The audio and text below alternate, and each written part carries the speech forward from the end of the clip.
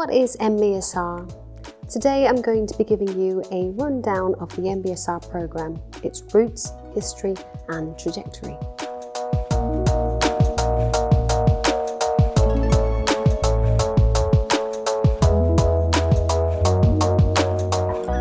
MBSR stands for Mindfulness-Based Stress Reduction. Mindfulness is the translation of the word sati from the Pali language, and it literally means full attention or lucid consciousness. The practice of mindfulness dates back to as far as 2500 before Common Era and plays a central role in Buddhism, although in the MBSR program, mindfulness is used in a secular way with no spiritual connections. MBSR was the very first mindfulness-based intervention and was created by Jon Kabat-Zinn at the University of Massachusetts Medical Center back in the late 70s.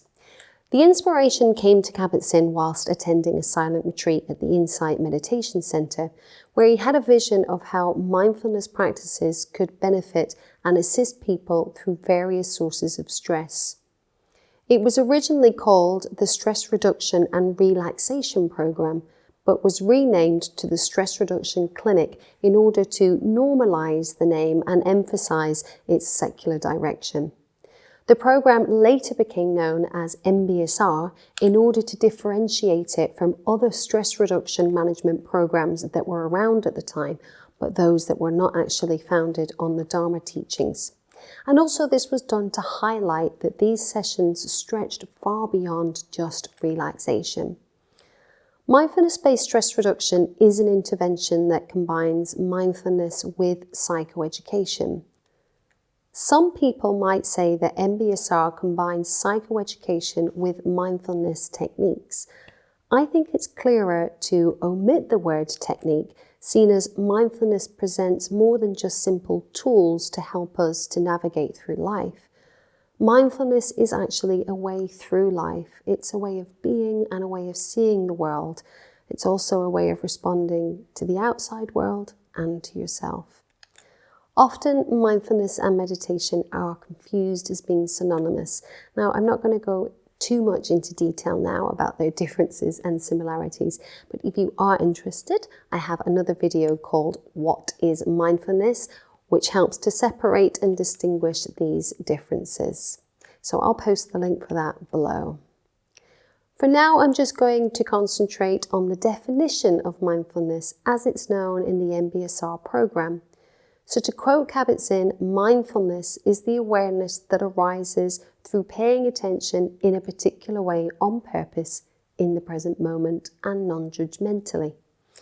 Non-judgmentally does not mean that there is some idyllic way of being where judgments no longer exist. Rather, it highlights that during any experience from moment to moment, it's completely normal that many judgments and opinions arise. However, mindfulness teaches us to not evaluate or react to whatever arises, to let go of the judging and to not judge the judging.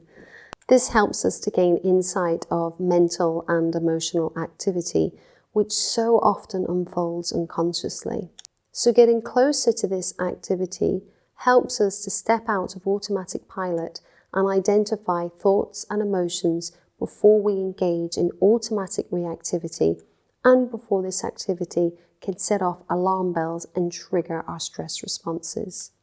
Using mindfulness as an intervention was originally intended to support pain management as an addition to how the healthcare system was or was not able to help patients, and also to teach patients to take better care of themselves. However, since the MBSR inception in the late 1970s, growing research has shown how these types of interventions can improve overall quality of life and assist with a whole host of issues such as depression, anxiety, hypertension, insomnia, irritable bowel syndrome, and so much more. Since the 1980s, the scientific attention paid to the effects of mindfulness has grown exponentially, from one article published in the year 1982 to 842 published in the year 2018. Unsurprisingly, some of the world's most celebrated universities, such as Oxford and Bangor in the United Kingdom, and Berkeley, UCLA, Brown, and Massachusetts in the USA, now all have entire departments dedicated to the research and teachings of mindfulness. This growth in research not only informs us on what mindfulness can and cannot do, but it also promotes further growth. As one hypothesis is accepted or rejected, this leads to further research questions. Most importantly, though, this research shows exactly why mindfulness can help in overcoming so many issues and what processes and mechanisms are at work and what changes in the brain are occurring. These changes happen due to the brain's incredible capacity to restructure itself. This is called neuroplasticity. Engaging in activities such as mindfulness presents us with an amazing opportunity for positive change that can impact our lives in many ways. The most significant findings in terms of stress management and emotional regulation demonstrate that mindfulness produces changes in the thickness of the hippocampus, which is an area of the brain that is responsible for emotional regulation. It also produces thickness in the prefrontal cortex, which is this area of the brain here, which is also responsible for emotional regulation, as well as decision-making and problem-solving.